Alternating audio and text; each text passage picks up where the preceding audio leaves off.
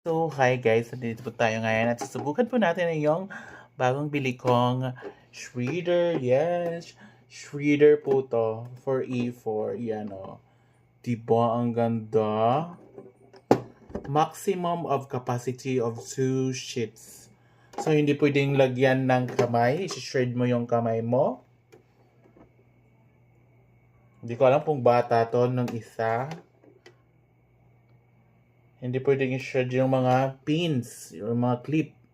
At saka yung tuxedo, yung parang dito. So, ito po siya. Shredder po to para sa mga A4. Capacity po na nilalagay dito is 2 sheets. Yes, 2 sheets. So, susubukan po natin ito ngayon kung gaano siya kaganda at kung gaano siya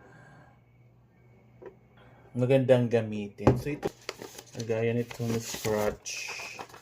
Ayan. Ito po siya for E4 po to. E4 po to. So, ayan. Iikot lang po yan dito.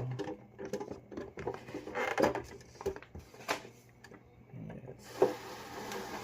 Ayan, tignan nyo po, diba? Ang ganda.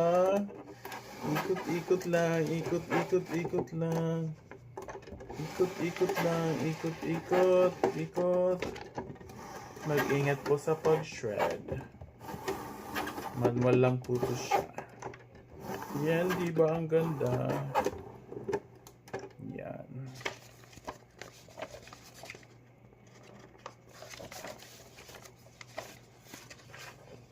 So, tanggalin yung mga naka-stapler kasi baka kasira to siya pag shredding. Tanggalin yung stapler.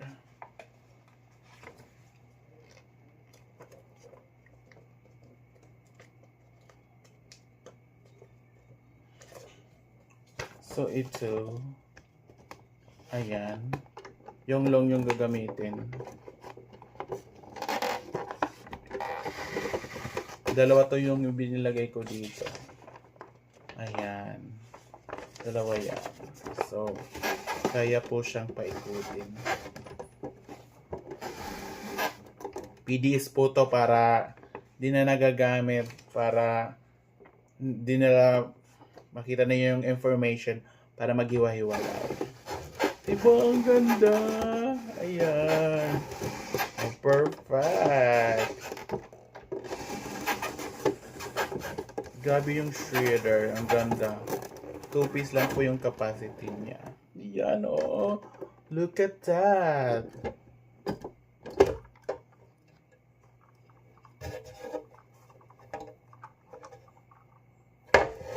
Super ganda ng pagkakahiwa-hiwalay niya, oh. Di ba pwede mo nang gawing confetti? I'm not tiny. Di ba perfect siya? Look at that. So, itatapon na natin to para hindi mapuno yung shredder. Yes. Perfect. Pwede na itong ilagay sa mga decorations and everything. Di ba ang ganda ng shredding? So, if you like this video, don't forget to like, comment, and share.